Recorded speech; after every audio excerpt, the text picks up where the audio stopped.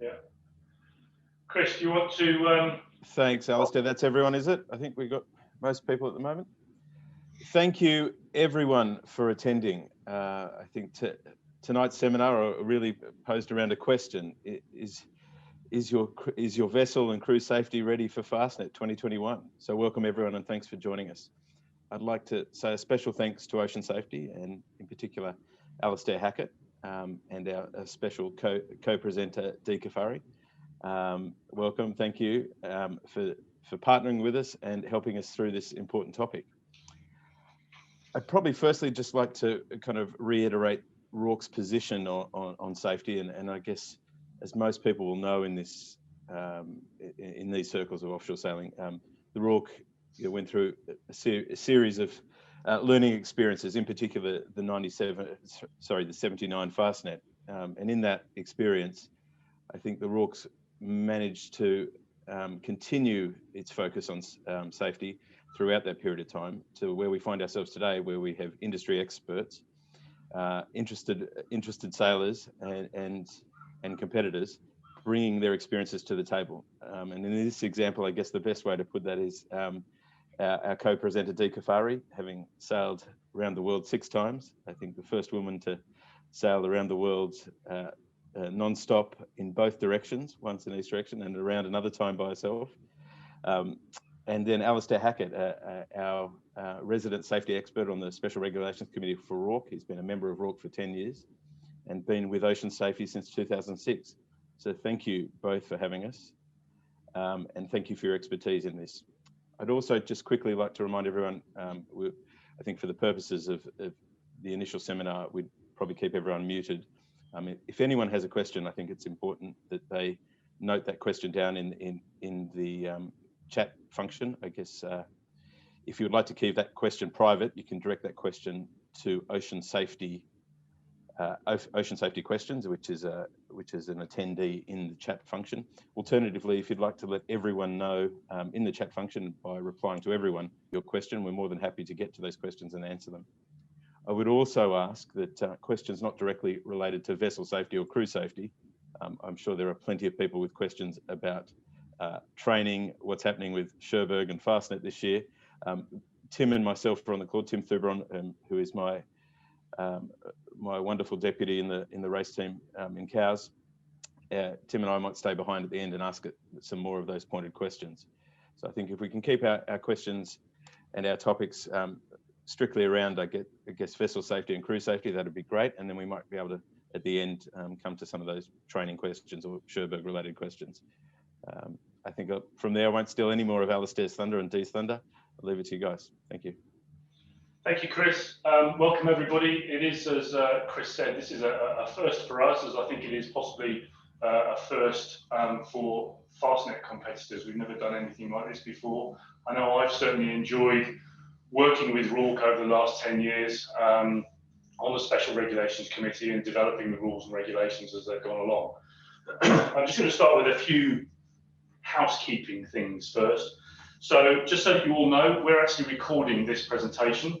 And we will make it available to people after the event. So what I would say is we'll probably also take some still shots from the presentation afterwards. And if you don't want to possibly appear in social media and things like that, I would ask you if you wouldn't mind just turn off your camera. That would be good. Please, as Chris said, remain on mute, which is quite important. And I think the other thing, which Chris sort of hinted at, that the aim of tonight is not to go through the checklist. That's not what we're intending to do. The aim of tonight is to promote thought, try and explain a few things that we know have caused issues in the past, especially at inspection and things like that, and hopefully to try and put ourselves in a position where you can go away and understand a little bit more about little bits of kit, how they work, and how they can benefit what you do.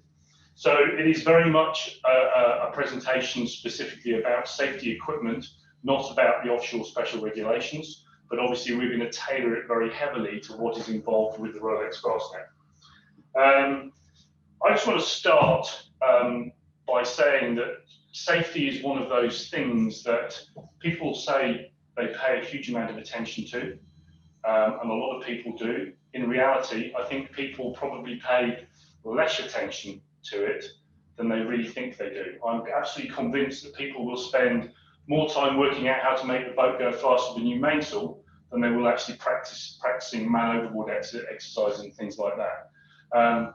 It is difficult because putting somebody in the water to practice a man overboard is not easy.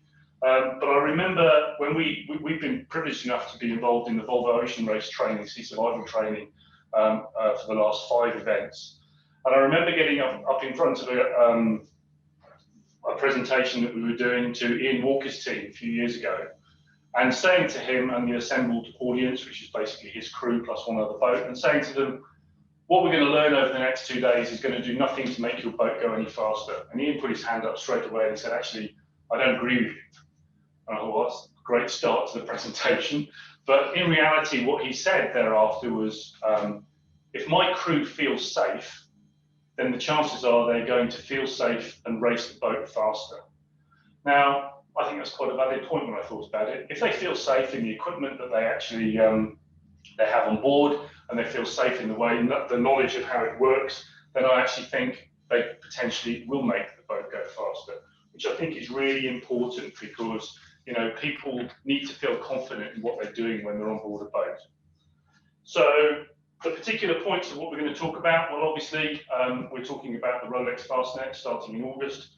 The race is sailed under World Sailing Special Regulations, Category 2, and there also are in place a number of RORC prescriptions, which are in the notice of race. It's really important. And tonight we want to promote thought about things that can happen, how you will deal with those things that happen, and more importantly, how as a crew you can gel together, not when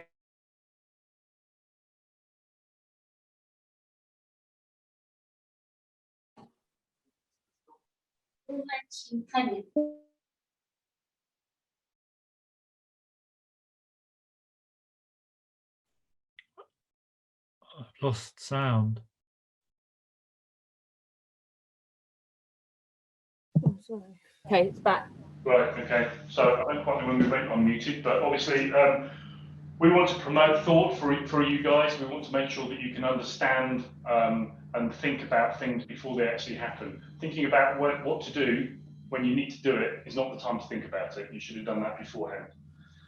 Dee's going to come up with some practical experiences of what she's done, and also talk about some of the equipment she's actually used. I've had the privilege to work with Dee for a long time, and been involved in a number of her around the world races, all of which have been different. So she's got an amazing amount of experience, and we'll also talk about some of the changes that have happened in the rules, in the way that you're going to be sailing, etc., and also in some of the equipment, of course. So practicalities, Dee. Well, we want to make it as realistic as possible. It's all very well to read the words and have the theory, but I'm coming at it from a competitor's point of view, and the realities.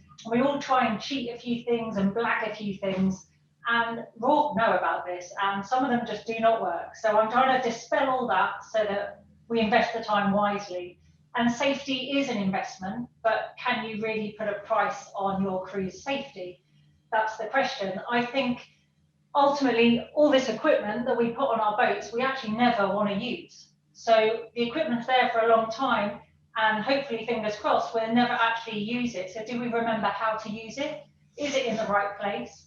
And what kit should we be using? Has anything gone out of date? You know, just having that process of thinking about it, planning it, practicing it, discussing it with your crew, because as Alistair said, I'll guarantee when it goes wrong, it goes really wrong really quickly, and it won't be in the flat, calm afternoon conditions that you choose to throw your fender over the side and pick it up and say that was easy.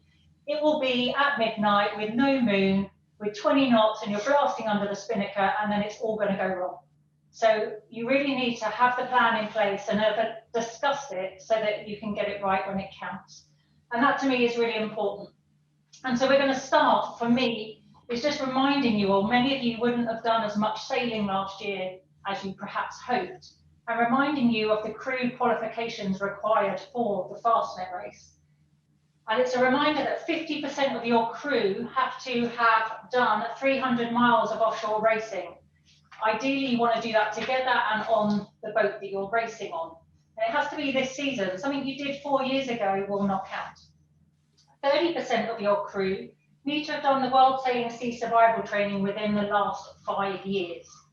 And then on the first aid certificate, a minimum of 1 crew needs to hold this. But I would actually suggest you have 2, because I'll guarantee that it'll be the medic that gets injured, and self-administering medication is not easy. I've had to do it.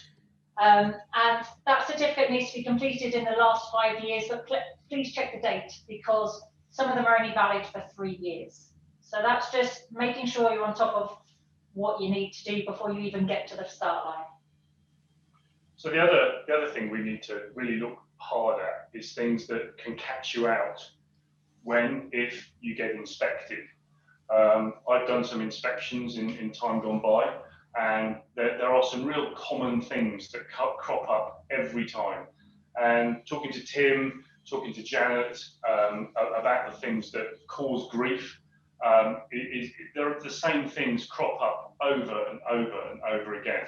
Some of them are just a misunderstanding of what's actually written in the rule. Some of them are a general misunderstanding of actually what the piece of kit really does. And you know, one of the things that, bizarrely enough, one of the things that's always at the top of the list is fire extinguishers. So the rule states you have to have 2 kilo fire extinguishers on board, dry powder fire extinguishers. So what that means is that double the quantity of 1 kilo fire extinguishers doesn't meet the rule. And I think one of the reasons for that's so important, and again, it's something that we learned when we were training Dee and her crew and all the other crews in the Volvo Ocean Race. A dry powder 2 kilo fire extinguisher, it's going to last between 8 and 12 seconds, which is not actually very long when you're staring at a pile of flame in front of you. So please make sure that you have the prerequisite fire extinguishers on board, the correct size and the correct number. Something else that come up this afternoon, which is actually new, which I'm not going to talk about. I'm just going to ask you again to go away and read the rule, is emergency bilge pumping. The rule has changed. You have to have a new requirement now. You've got things that they need to make sure they are, that it is in place. So it's really important. Make sure you go and read 4.3 in the offshore special regulations, because it is important and it potentially can catch a lot of you out.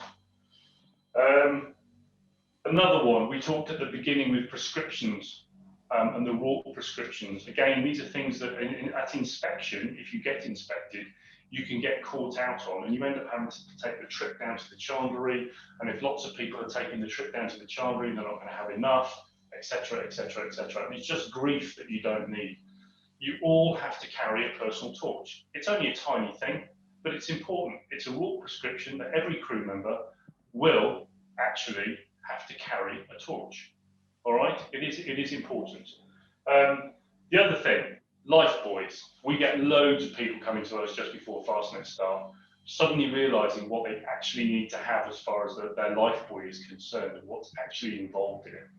You have to have a horseshoe life buoy, simple as that. But it's not just that. It has to have a light. It has to have a drone. It has to have a whistle, and it has to have retro-reflective tape on it that hasn't been sat in the sun for the last 5 years and is peeling off, and it has to have the boat's name on it. We get multiple calls every year from the authorities, so Coast Guard, could be anywhere around the countryside, along the coast. People have found a horseshoe, it's got a boat's name on it. The Coast Guard can very quickly identify whether they're actually looking for a problem or whether they just found a horseshoe that's just appeared on a beach somewhere. But they fade. UV is a killer for this sort of thing, so make sure you've taken the time to find a big felt tip pen and actually write the name of the horseshoe belongs to. It is really, really important. And you need to make sure as well with your horseshoe that the deployment of it is all possible.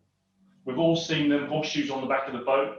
They normally get tied in because you don't want them to fall off, right? And you then have it connected to a light. You have it connected to your drogue. You might have the whistle that's been dangling around over the transom of the boat for the last 3 or 4 hours, tying itself in absolute knots. all right, you have to make sure that the system that you've got for this wonderful kit that you've made right, you've got to make sure that it's actually going to work. And trying to untie and untangle things as you sail away from the casualty in the water is not what you want to be doing. So it all forms part of what Dee and I have both talked about already, and that's thought. It is absolutely key and critical. All right, so think about how you're going to deploy these things, not just, oh, I've got a tick in the box, job's a good one, I've ticked the box on the check sheet, I've done the writing on it. Think about how it works. It is really important. Another one that always causes grief and is really, really important, life rafts. Okay, so we're stood next to a 4-person life raft. This life raft complies to the ISO 9650 standard, which really is the standard that your life raft should be applying to. Okay, there are a couple of options which I'll come on to in a minute. But basically, an ISO 9650 life raft is the current standard. It was the standard that was developed. It actually started being developed after the 79 Fastnet, but it actually took well over 10 years for it actually to come to fruition, nearer 20 years for it to actually come to fruition. In the meantime, what actually came about, of course, were the ORC life rafts and the ISAF life rafts. Now, in the rule, there is a grandfathering rule for those life rafts. So if you have an ORC life raft that is manufactured before 2003, you can use it. If you have an ISAF life raft that was manufactured pre-2016, you can use it. If it was manufactured after those dates, it does not meet the rule. So your life raft is fine to look at in its white box or its valise, wherever it is, but you need to understand what's inside it. Please take the time to find out what you have in your life raft. Take your time to find out what is in it. How much water do you have? Do you have water in it? How many flares do you have? Do you know how they work? All that type of thing is stuff that you need to know beforehand. If you get the opportunity while you're having your life raft serviced, those of you who are having your life raft service this year, sort of now, take the time to go to the service station and say, when you service my life raft, I'd actually like to come and look at it, please. God forbid you ever see your life raft again. We don't want you to see your life raft again. We want it to stay in its box, but you need to understand it. It's really important. Make sure you're taking your life raft to a reputable service station. It's really important. That is approved to actually service that type of life raft. That is really important. People who don't service life rafts in the correct way does exist. The worst story we've ever seen was a gentleman who bought 2 6-man life rafts from us. He put them on the back of his boat. He went off to the Mediterranean. At 3 years, which is when the life rafts needed their first service, he took them to a Spanish service station, he had them serviced, he put them back on the boat. 3 years later, he'd sailed back up to the UK and we got the life rafts back. In fact, there was a 6-person version of this life raft. We got the white containers back, we opened them on the shop floor. First one was beautiful, in really good nick. Clearly the raft had been in the sunshine lots and hadn't been in any particular really rough weather. It was really nice. We opened the second container and inside it were 3 beautifully bubble wrapped breeze blocks. There was no life raft in the box at all. So this guy had been sailing around with his family for 3 years with actually only 1 life raft on the back of the boat, and the other one would have, if he deployed it, would have gone straight down. So make sure you understand what you've actually got. It is really, really important. Remember also your certification. Your certificate's got to be in date. Okay, the next service date will be on the container, but we want to see the certificate as well. Chris and his team and Tim and all the guys who are looking at the information that you send to them as part of the checklist, they need to see that the certificate is in date. Okay, you've got 3 years servicing mostly on an ISO life raft, so you don't necessarily have to have it serviced this year. It just depends entirely where you are in your sort of three-year cycle. Another option to consider is hiring your life raft. If you don't have a life raft or you don't have a life raft that meets the standard, you can always hire your life raft. Okay, but do it in plenty of time. Don't come a week before the Fastnet starts and expect to be able to walk into any service station or any organisation that hires life rafts. Don't expect to just pick them off the shelf. It doesn't necessarily work that way. So, you know, hiring is a great option if you don't want the capital outlay. And you obviously will be guaranteed that you get given a life raft that's going to be in date and the correct certification, etc., to show the inspection team. So it's all about planning, but one of the things you need to plan for is where you're going to put your life raft. They are pretty heavy, and even the lightweight versions that meet the rule are still pretty heavy. And as a performance boat in a race, you want to put the weight in the best place possible. But bear in mind, you need to be able to deploy your life raft within 15 seconds. So if you do have it down below, can the smallest person in your crew pick that life raft up, get it on deck and deploy it over the side with the painter attached to the boat? Is there space on the back of the boat for it to go on? And remember, that's not become a crew seat to make life comfortable. Is there space on the coach roof or around your mast for it to go? Think about where it is. Those people that have it in a locker, when you then pack your boat away and you start sailing, have you covered it with fenders, ropes, or spares, or your bucket, or the anchors sat on top of it? How accessible is it? So my comment to you is just think about how accessible and easy to deploy your life raft is. PRB this year in the Vendée Globe sank within 4 minutes.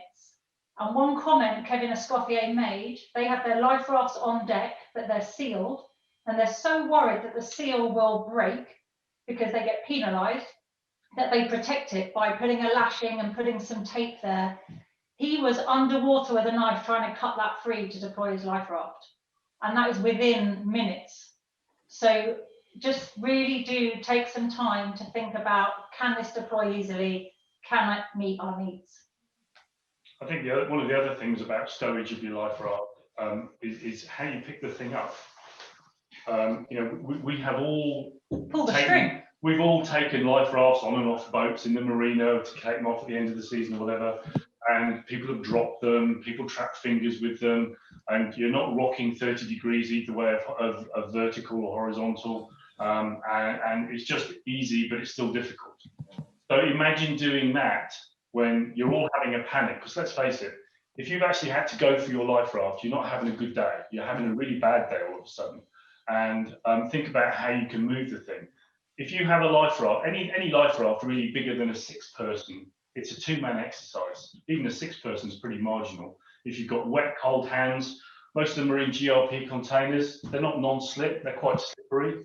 So, the important thing is to make sure that you've actually thought about the process, not in the dock, not on the marina, but you've actually thought about the process when you're out at sea, when you've got cold hands, and when you're really having the ultimate bad day. So just think about it. Life rafts are your last resort. They really are your last resort. The age-old adage of stepping up into your life raft is really important. But again, thought prevails. You need to think about how you're going to do this. It is really, really important. And it's no good just the skipper and 1 or 2 members of the crew having thought about this and put themselves in a situation where they haven't disseminated the information to everybody on board. Because for all you'll know, worst case scenario, the person who really knows, he might have fallen overboard, he might be incapacitated, he might not be with you anymore, etc. So you've got to communicate with the whole crew. So life rafts are a really, really emotive subject. It's one of those things that really nobody really wants to think about. None of us want to think about having to get into a life raft. It's really unpleasant.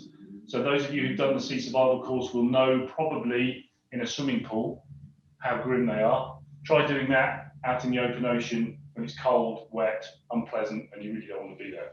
All right, so it is really, really important that you think really hard about how you're going to use your life raft, how you're going to deploy it, and then also think about what you're going to do once you're in it. All right, it's a management exercise then. Once you get in your life raft, it's totally a management exercise, really important. So the next thing, of course, is your life jacket. All right, so really, really important that you have your life jacket. And you need to own your life jacket. Don't go on board a boat where you're told the life jackets are in the locker down there. If you need one, we'll get them out.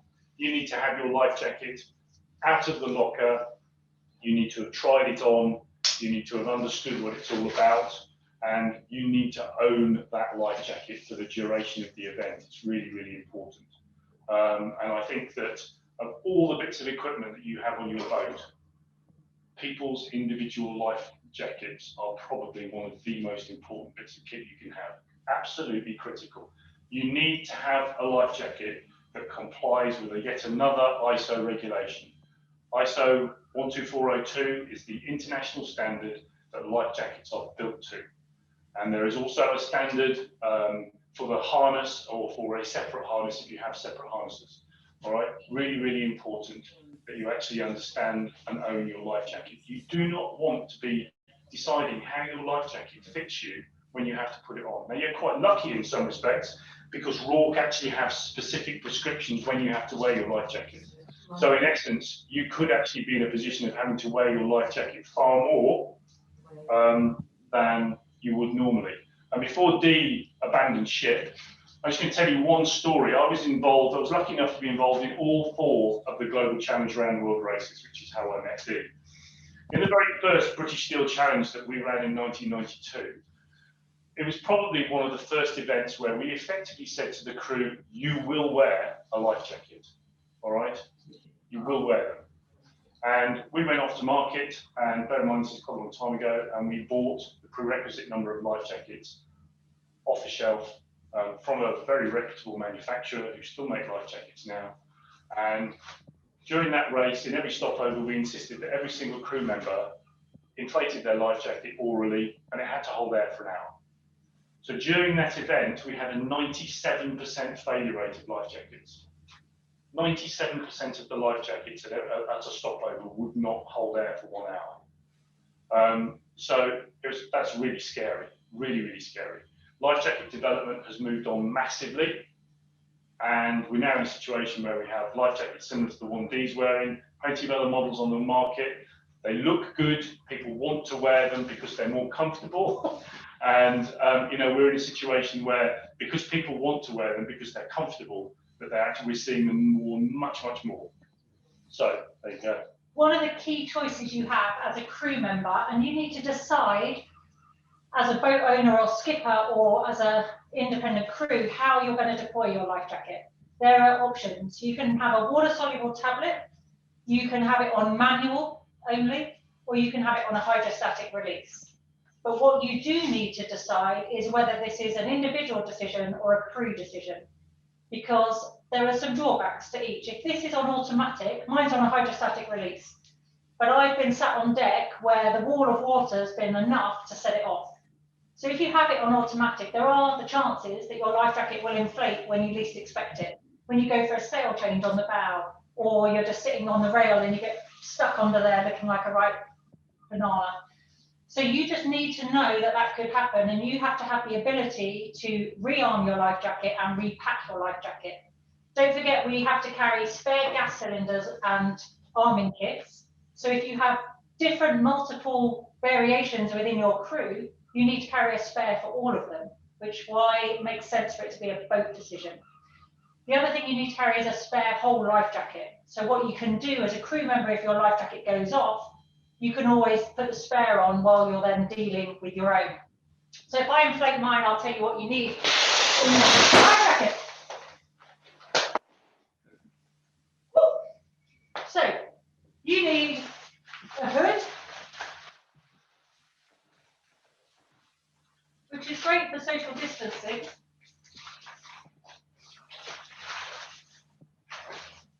Difficult to put on, even here. Really hard. Yeah, so this just illustrates how actually things are not that easy. You need a whistle. You need a light that will activate automatically in the water. And I have my AIS unit fitted automatically. So on deployment, you can see that was twisted over, but in the water, hopefully that wouldn't, but it's worth checking. So my AIS is now setting off a signal. Now, if I've registered that to my boat on DSC, the alarm will be going off on the VHF and everybody should be looking for me. You can choose to have this in your pocket, or you can choose to set it up on your life jacket to go off automatically. Now, if you're in the water and you've got the shock of going in the water, the shock of your life jacket going off, everything going on, to then have to find in your pocket and set your AIS unit off yourself is a big ask. So I think it's well worth considering having it set to automatic. But again, you need to know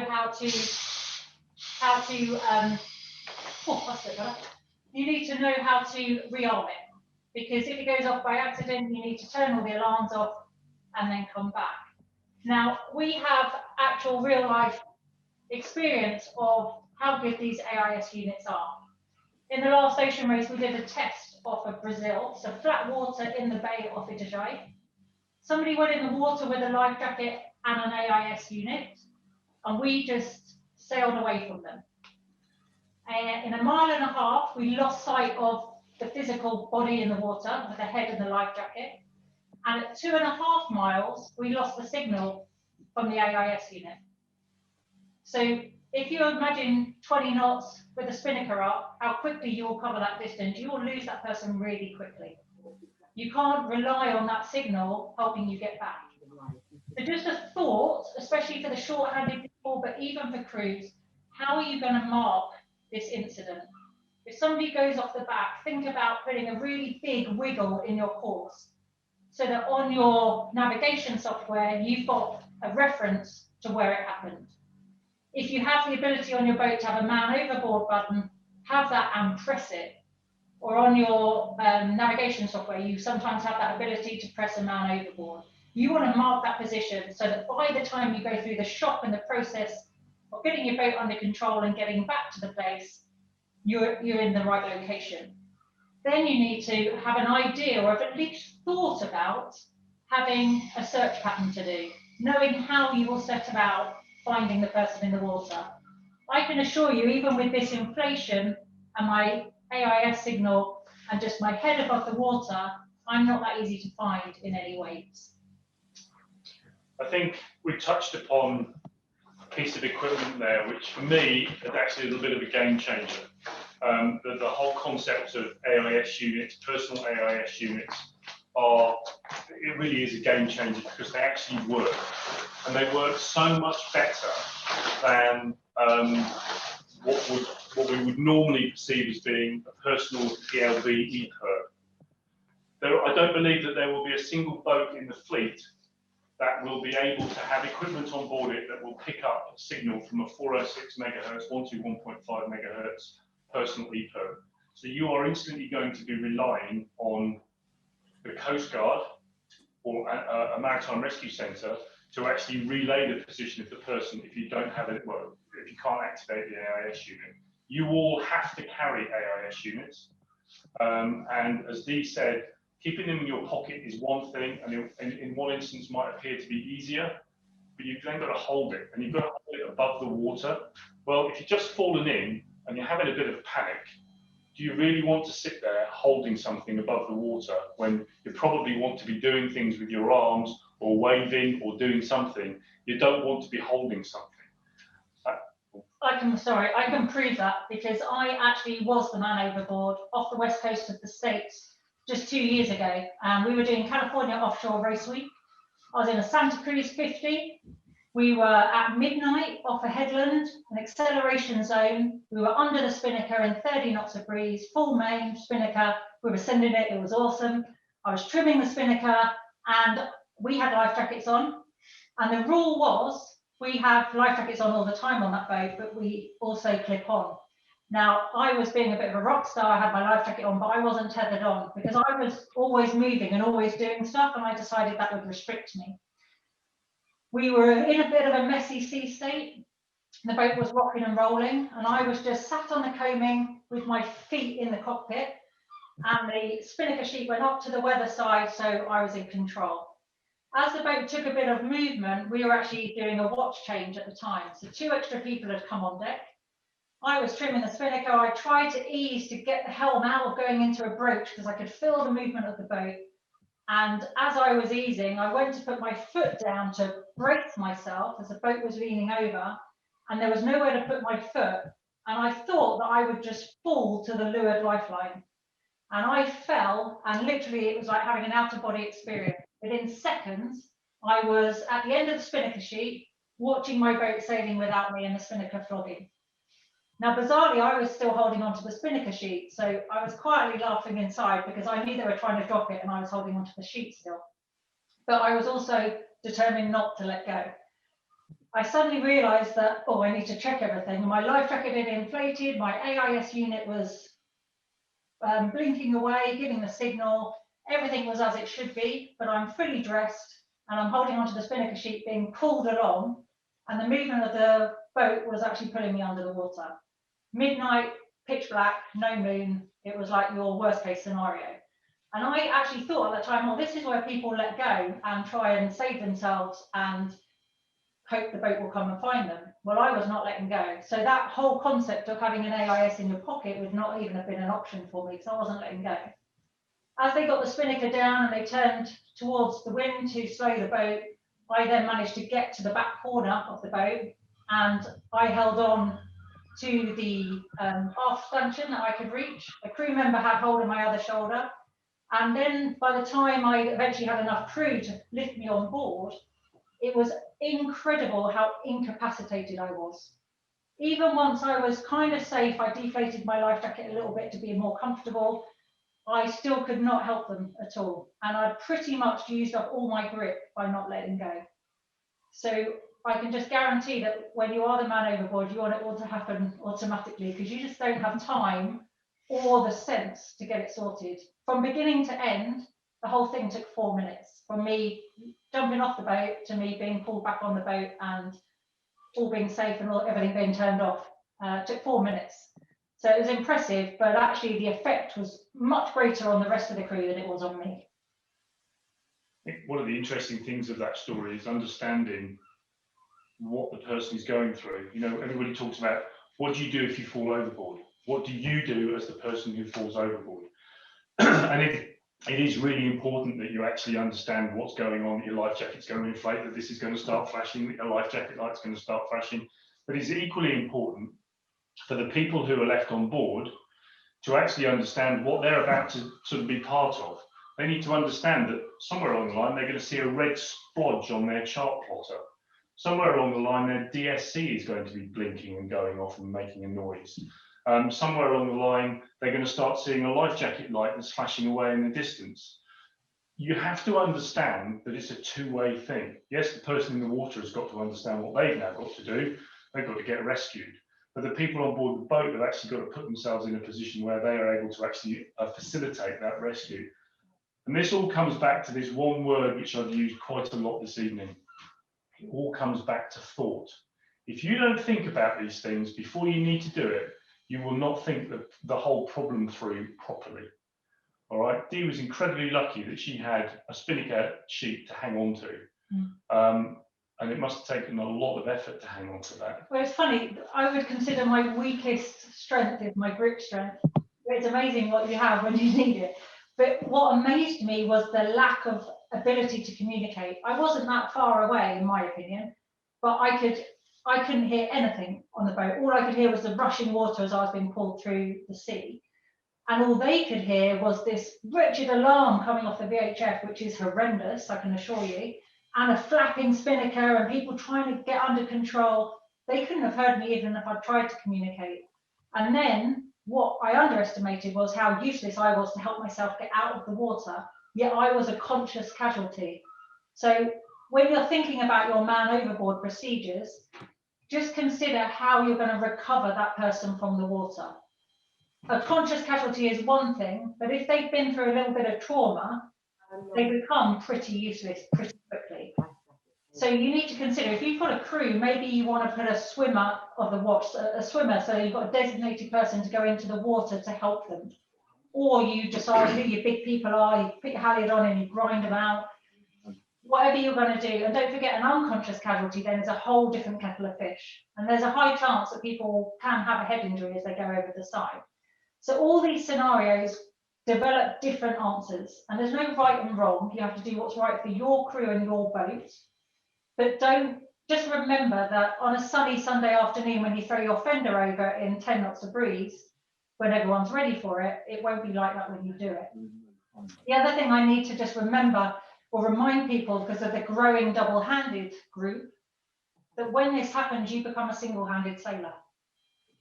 So just consider how you're going to recover that person from the water, and don't forget to practice dropping your sails and getting them all under control single-handed. It is the reality of the action. So I just think you need to think a little bit ahead. There's some big, strong people out there, and an unconscious body is really heavy and really difficult to handle. Yeah, I think, unconscious people, it's really important that you actually come up with a way. There's loads of theories about how to recover people from out of the water, bring them up horizontally so they don't, blood doesn't rush to their feet and all this sort of stuff. And there's loads of different techniques, different ideas, etc., etc.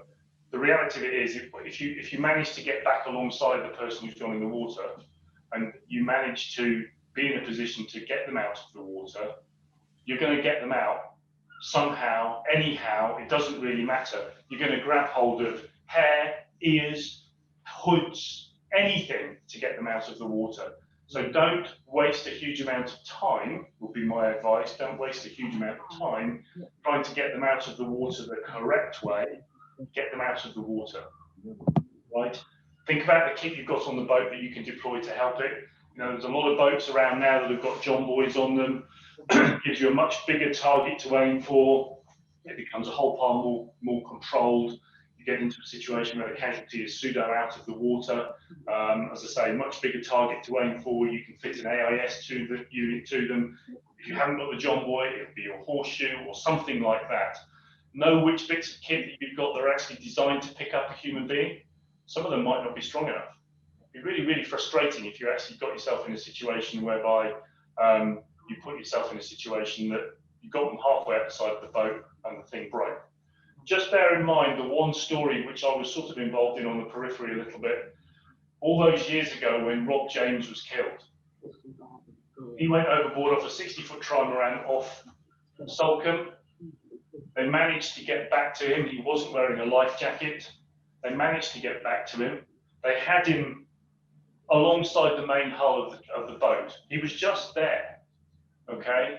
And they even put somebody with a rope around the middle to jump in the water and try and help him because he was becoming hypothermic by this stage. They ended up with Rob, who was by this stage unconscious. The person who jumped in the water after him was becoming hypothermic and had to let him go. The next time that crew saw that person was in a body bag on Salcombe lifeboat, and his wife was 8 months pregnant at the time. So, it does happen, and it happens to the best of us. These are classic examples, somebody with thousands and thousands of miles of sailing under a belt, and it happened really easily. All right. Those of you who've seen the video of the Clipper crew from acute Clipper races, standing up on the weather side of the cockpit to go down below, he'd unclipped himself, he lurched, the boat lurched, he went straight across the cockpit and dived through the bottom guardrail. If you tried to do that, I don't think you could do it, but he was just gone. So, in reality, it is probably one of the worst nightmares that you're going to have, all right? So, tether lines, of course, if you've got tether lines, you're less likely to fall overboard. If you fall overboard, you're going to stay attached to the boat. Now, at special regs, and Chris will back me up on this one, we've spent hours and hours and hours in the last 2 or 3 years talking about tether lines and what you have to have. Basically, you have to have either a 1 meter tether line, right? Or you have to have a 2 meter tether line that has a hook in the middle of it. So that effectively gives you a 1 meter and a 2 meter tether line in one. They come in all sorts of variations. That is obviously just a 1 meter tether line. This one's elasticated. That's one option. This one here is a 3-hook tether line. So you've got a 1 meter line there, and then you've got another stretchy bit here. But in reality, the number of people that I spoke to during the process of special regs that actually understood how one of these works was really quite surprisingly small. It's the middle hook that attaches to your body if you have a 3-hook tether line that is over 2 meters long. All right. So make sure you do that, otherwise you will end up with a tether line which is effectively greater than 2 meters long. And the reality of a race crew, and I know from experience, is you have to have a proportion of these. You have one or the other, and nobody really wants the 3-hook line. Okay, those boats that have got pedestals on for grinding, everyone's going to argue that the clips clash with each other's knuckles and it's uncomfortable and you can't reach. Everyone's got a million excuses for it. And the 3-hook just gets in the way and it's too heavy. Trust me, you'll find a way around it. The bungee ones are great because you can put them around your waist, hook back onto itself, and it's secured against you. It doesn't flap around at all. or you coil it up and you stick it in your Fowley pocket, so it's available to you should you need it. Anyone that works forwards should be wanting the 2-clip line, because you're guaranteed that you're always clipped in the wrong place, the wrong side of a stay, the wrong side of a tack fitting, the wrong side of somebody's foot while you're trying to do a sail change. So really do practice with the equipment, because all it is that you're just not used to handling it. So don't dismiss it, just practice with the right stuff. So just to close on life jackets, don't forget that there are prescriptions as to when you can wear your life jacket, all right? So you have to wear them probably more under RORC prescriptions than you would do normally. So make sure you've read the rules, it's important. We have just had a question in, which is a really good question because I asked that a million times. Can tethers with one hook and one soft loop be used? And there's quite a lot of us that have the soft loop attached to our jacket and then the hook that goes on the boat. The prescription says it has to have a self-closing hook.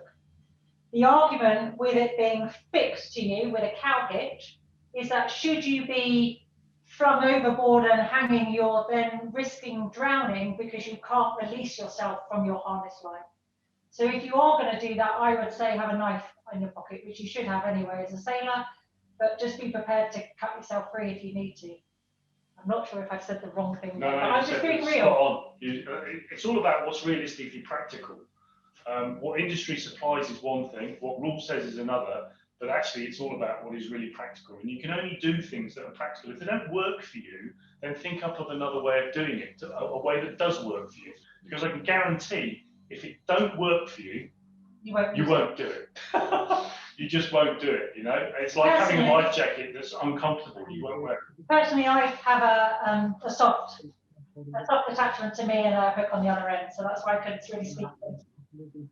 So before we sort of start to move towards the end of what we're talking about this evening, I just want to reiterate what we said about personal AIS and personal EPIRBs. So just as an example, we saw the one on Dee's jacket, and here, I've got one here, so that's what it looks like when it's not attached to a jacket. Okay, there are loads of others on the market, they all do much the same thing. That's a personal EPIRB, all right? That's a 406.121.5 personal EPIRB. That does exactly the same as your ship's EPIRB. When it goes off, it doesn't send any signal to you or anybody on the boat. It sends a signal up to the satellite. The satellite then talks to a land earth station. The land earth station then gets in touch with the Maritime Rescue Centre, and the Maritime Rescue Centre then coordinates search and rescue. All right, it takes a long time. You don't have time when you're dealing with a man overboard. And of course, one of the other big pluses of doing the Fastnet race, there's going to be loads of boats around that are going to pick up exactly the same AIS transmission from your AIS transponder. So if you're in the vicinity of 10 boats and somebody goes in the water, then 10 boats are going to get that red spot on their chart plot. All right, so just bear in mind that you quite likely going to have lots of other help to find somebody who's overboard. The moral of the story of the whole man overboard exercise, of course, is don't fall off. If you can stay on board, everything is always better. And you go much faster as well. You stop wasting time looking for people. Right. So the plan for man overboard is critical. Make sure you've got your life jackets. Make sure you understand the kit that you've got in your life jacket, and make sure the people on board who are actually have that, understand what's going to be going on. So another question is coming through the door. As a survivor of the 79 Fastnet, I have experienced terrifying conditions, but what saved us on that race after losing steerage and mast was staying with the boat as opposed to taking to the life raft. Whilst the safety equipment available today is amazing, some discussion needs to be on staying with the boat while it's still floating. Absolutely, I think Alistair nailed it when he said step up into the life raft. It's the last resort. But I think the reality that people need to realise is if it's going down, it goes down fast. And PRB was my example of sinking within 4 minutes. So yes, last possible scenario, but just be ready to know that you can deploy it if you need it. Make sure if you're going to get off, you're actually doing one of a number of things. You're getting off because the helicopter winchman is coming to get you off. That's a big plus. You're getting off because another vessel has come to rescue you. That's a big plus. Or you're getting off to get into your life raft. The last case scenario that you want to be in is that you realise when it's time to get off that you suddenly can't deploy your life raft, or something goes wrong with your life raft. And then all of a sudden you're getting off to get into the water. And that is the worst case scenario, without question. So, you know, you need to make sure that you are getting off at the last minute.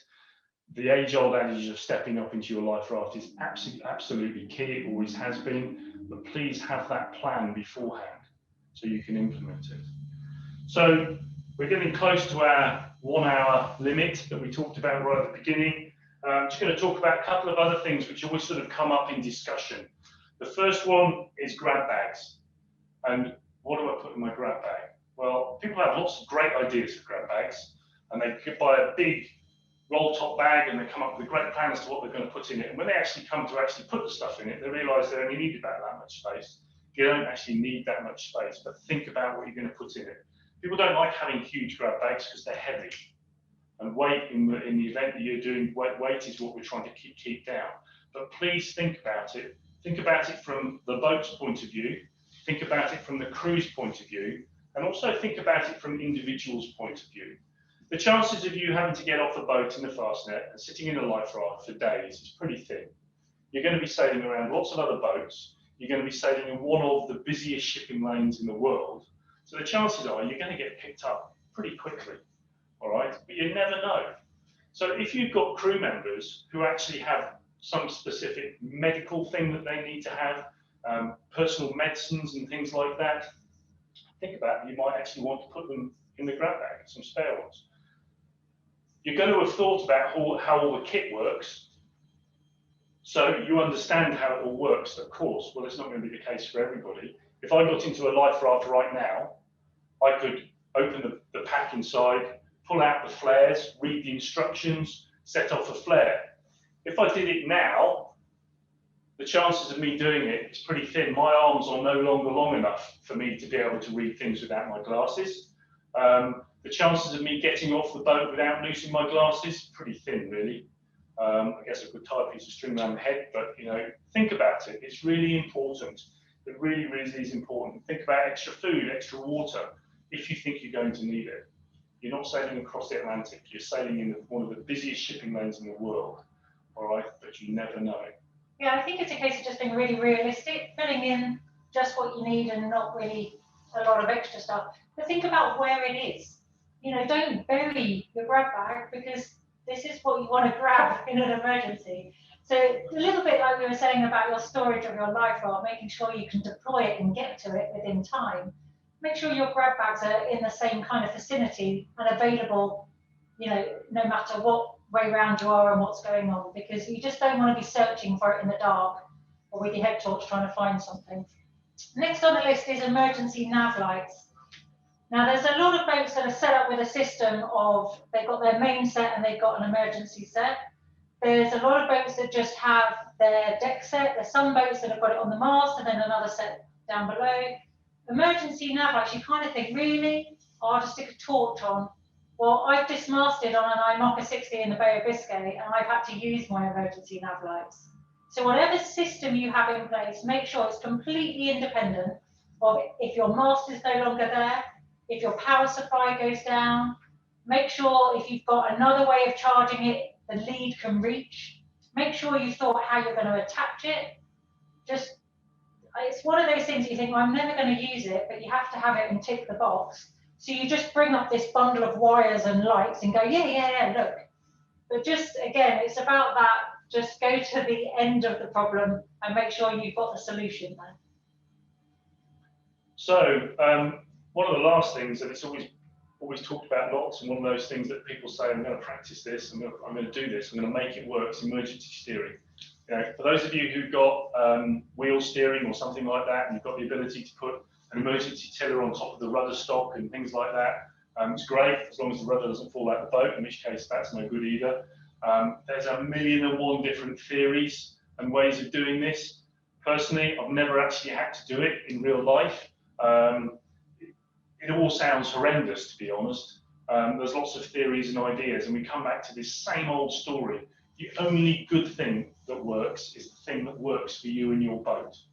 How are you going to determine that? Well, you've got to go out into the Solent or wherever you sail your boat, and you've got to try it. You've got to make yourself look idiots trying to make it work. All right, so make sure you've got lots of sea space to do it, and lots of sea room to actually make sure that you can go wrong and you can come up with a plan B. You know, there are loads of ideas. Dee, you tried a few in your time. Yeah, I mean, I was guilty. I was one of those people that used to try and blag it, saying, yeah, I'll have a bucket and a rope and I'll just put it in and out and it'd be fine. The reality is that is complete rubbish, because the rope on the bucket just pulls the handle out. A bucket full of water with any boat speed distorts really quickly.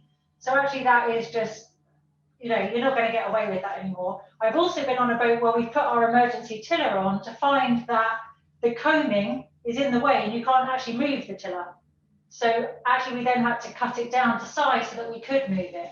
So even if your boat has things in place to make this possible, try it, because you'll be surprised at what you maybe inherited or you've grabbed and actually in reality doesn't fit at all. Or the solution is that you have the tiller the other way round and you steer the boat in reverse, which takes a little bit of coordination.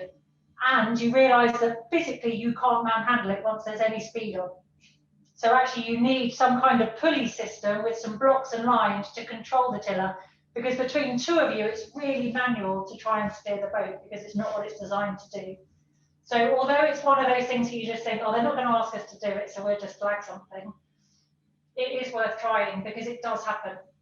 People do have rudder issues, people do have steerage problems, and you want to know that you can get your boat home safely to any shelter. So just, it's worth going through the scenario. One of those Sundays where there's no wind out there, take your boat out and give it a go. So, you know, that really is the end of what we really wanted to talk about. And in some respects, we haven't given you a huge amount of firm answers of how to do things. And I'll be perfectly honest with you, that was the intention. The intention was not to preach to any of you tonight what you have to do, because what we actually want you to do is we want you to go away and we want you to think about what you need to do, because the plans that you come up with will be different for the Fastnet than they will be if you're sailing on the same boat with your family, with all the kids on board. So please go away and have a think about all these different scenarios, and remember, they're always the scenarios that you think are never ever going to happen to you. And in reality, they do happen to people, and people unfortunately lose their lives when they haven't, you know, when it all goes horribly wrong. So in reality, I would really hope that if you gain nothing else from this evening, it's just to go away and remember that one word, and that's thought. All right, go away, have a think. It is important. Yeah, just to say, I've really noticed this community has come onto this webinar tonight. Thank you. And what's really strong is you're actually sharing your own experiences with each other. And that's the best way to learn. People that have been there, seen it, done it, or had it backfire at them. And if you share that experience, it makes people go to their boat and think, well, what would I do? How do I get him out of the water? Or where is our emergency tiller anyway? So it's just so thought-provoking that I think now it's the beginning of the season. We've all got some hope that there's some great sailing to be done. And we all want to be ready for the Rolex Fastnet this summer, and we want to do it safely and fast and have a great race. Thank you. So we've had lots of questions. We've got a team of people who've been busy typing away, I hope, answering some of them. We won't get to all of them. We will answer them all during the course of tomorrow, and we'll make sure that we answer all those that we can. Chris, is there anything you want to add? I actually just wanted to reiterate, Alistair, something that you picked up on. I mean, and I guess Alistair hit the nail on the head. RORC is not here to make people comply. For us, it's an education process, and I think that is really important. I think RORC's always taken that stance that we try to educate our competitors and work with them with their issues and their equipment. For us, it's not necessarily about compliance, saying yes or no. I mean, we don't like to be those people. But touching on what Dee said, sharing that education amongst ourselves is important. So I think that's where we come from.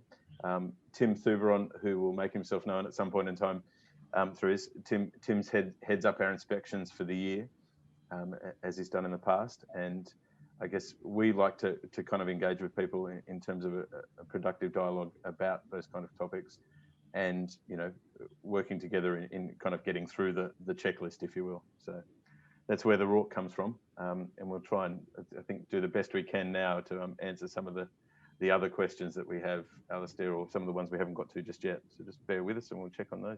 Yeah. There was early in the session, Alistair, there was a query around training, and maybe to sum that up, and I think that's obviously there's a lot of people that had issues around training this year. Dee has touched on the 30% for safety sea survival. Someone very kindly said 100%, and I think all crews that I've sailed with, I would much prefer that people all had a safety at sea survival course. Just a reminder, the course is actually the World Sailing Approved Personal Offshore Safety Sea Survival course. There are 2 courses at the RYA. You need to have completed both of them to pass that qualification. I think there's also some concern whether people will be able to get renew their qualification this year because of the pandemic issues and being able to use a pool. I mean, we've been working with the RYA, and Richard Falks very kindly guided us. If people have exhausted all opportunities to try and get a course in the time frame, and obviously there are a lot of foreign competitors who may not be able to get a course with the pandemic restrictions, they're more than happy to write to us at RORC at racing@rorc.org, and we'll try and work a solution with them on those particular issues. We're being extremely flexible, and we're trying to help every competitor to get through this year. I mean, it's not going to be easy for anyone. So that's the training, I think, out of the way. I'm sure that if you want to write to us with individual issues, then I'm more than happy to answer them and come back to you. There was also, just having a quick scan through, there was some queries about, there was a gentleman, I can't remember his name, I apologise, about bilge pumps. You might want to check, if you've got an issue with bilge pumps at the moment, come back to Tim, or even check the chat function within this. Just there's been some issues around a 200 litre per minute bilge pump.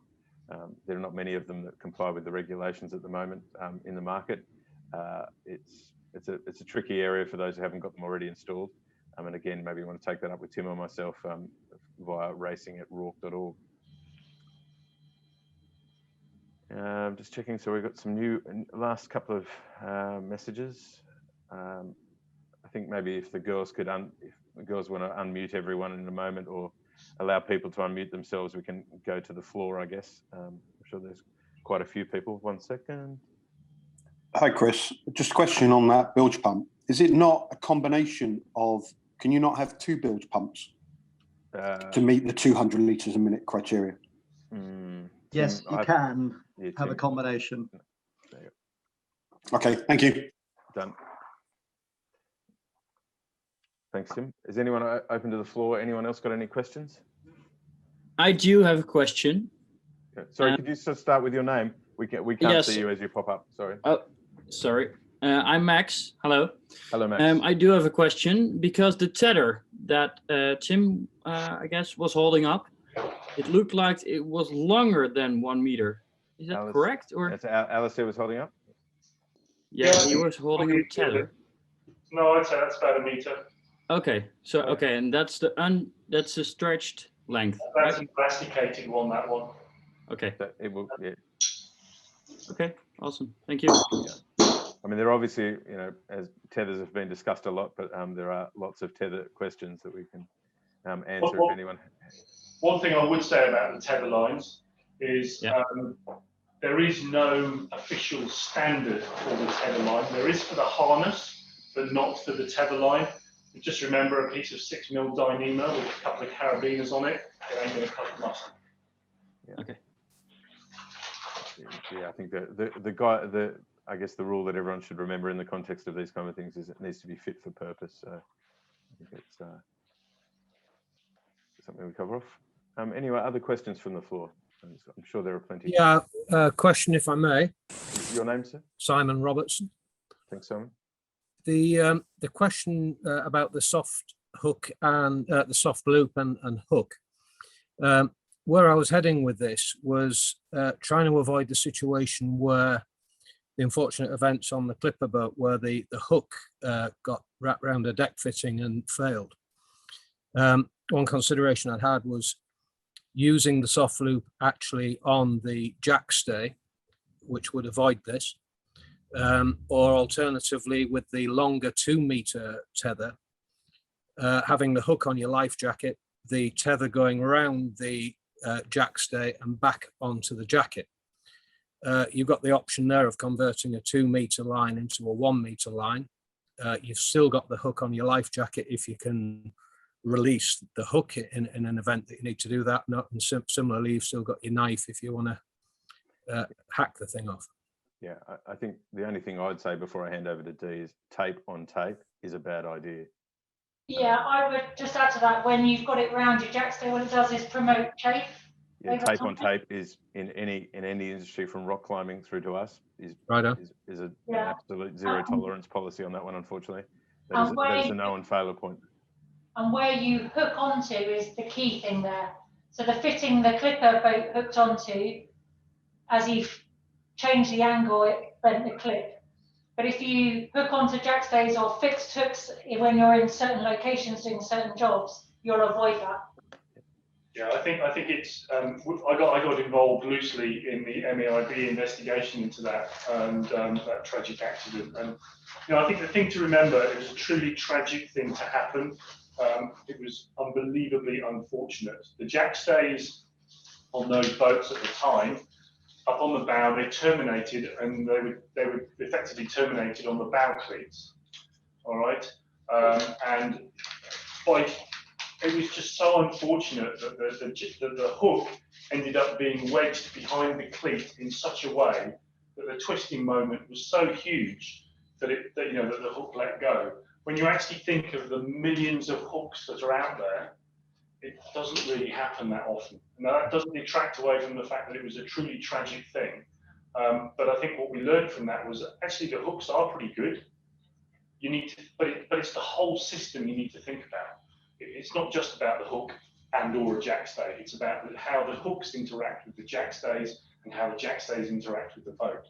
So it comes back to this concept of thinking what you're actually doing. And we all learned something in that accident. If nothing else good came out of that, it was that we all learned something, in that can happen. So straight away, I know for a fact on the clipper boats that was changed immediately, and it was a very salutary tale for me that that can happen, and I think it should be a salutary tale for everybody as well. So you need to think about how you're terminating your jackstays. Can I ask a question? Feel free. Yeah, Paul Cobbett. I live on the Hamel River. Just want to reinforce what Dee said about the amount of time you have in the water before. So I'm focusing on man overboard before it really starts to grip someone. Without going into detail, minutes really is it. I was actually present at a fatality once, and along those lines, I know there's sort of a bit of bias here, but if you could recommend AIS, good types of AIS, that may not be within your instinct to do it to favour brands or whatever, but that would be a good steer for all of us. I can do that. It's dead easy. It's the ones that we sell. Okay. But no, in reality, you need a unit this one's made by Ocean Signal. Okay.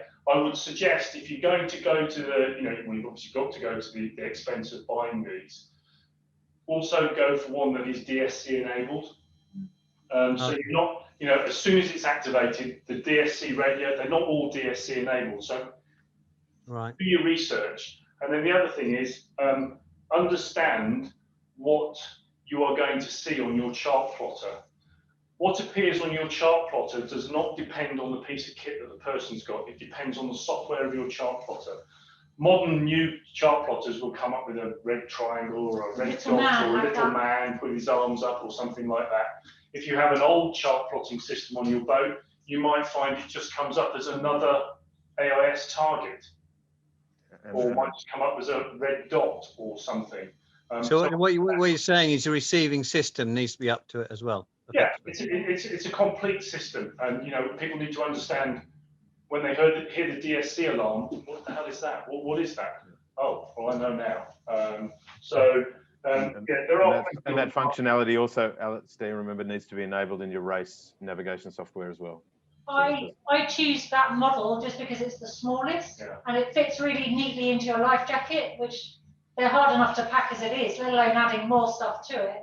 But they fit on the inflation tube, they're really compact, and I've proved that they work, so I've used it in anger, so I'm pretty happy with that one. One thing that's really important with them, okay, none of them, no AIS unit, no personal EPIRB is water activated. They're activated by a manual action, all right? So these activated because as the bladder expanded, it was tied in such a way that the activation sort of lanyard fired the unit, okay?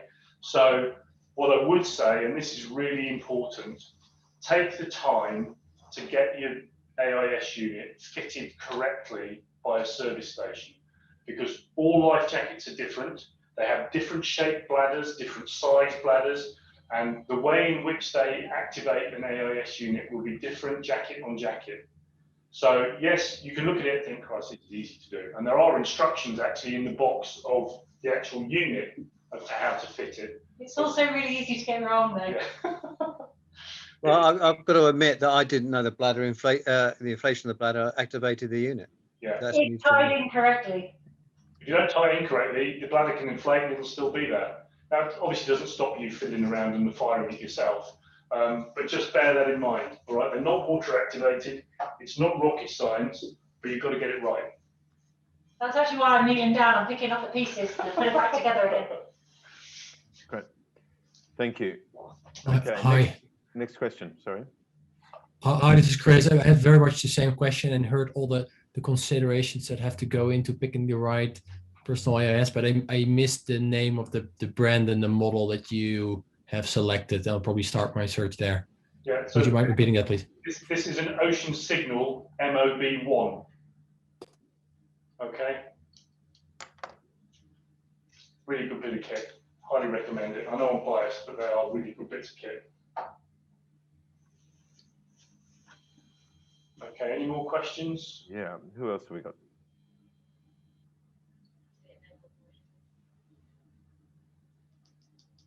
Any other questions from anyone? Questions? There are 85 questions in the chat room. They've been on, now it's conversation, so they've been answering them. Yeah, fair enough. Yeah. We will get round to answering them all if you haven't got an answer. But if there are no more questions, you're more than welcome to give us a call tomorrow in the office. You know, we've got a full team here. We've got people who've done the Fastnet. We've got people who've worked with the checklists as well, our version of the checklist, so we understand what bits of equipment comply to the checklist. Please feel free to give us a call. And if you want to, ask us, tell us you want to come in and have a look at it. We're not expecting everybody to buy everything. If you want to come and have a look at a ship's EPIRB, you want to come and have a look at a personal AIS unit, or you want to have a look at a life jacket, hop in and see us, and we will, you know, we'll show you, because it's really important that you understand all these things. So if there's no more questions, I'd just like to say two more things. One is, thank you very much for giving us this opportunity to chat to you. And most importantly, enjoy the race, but without question, please, please, please do it safely. All right. So, Chris, if you're happy, I'll end the meeting now. Well, yeah, thank you, Alistair, and thank you, Dee, and thanks again for the lovely partnership with Ocean Safety. I mean, it's brilliant, Alistair, and thank you again. I mean, okay. It's wonderful. Thank you very much, guys. Good evening. Enjoy the race. Just go slower than me. And again, any questions regarding Fastnet, please feel free to email us at racing@rorc.org. That'd be great. Thank you very much. Excellent.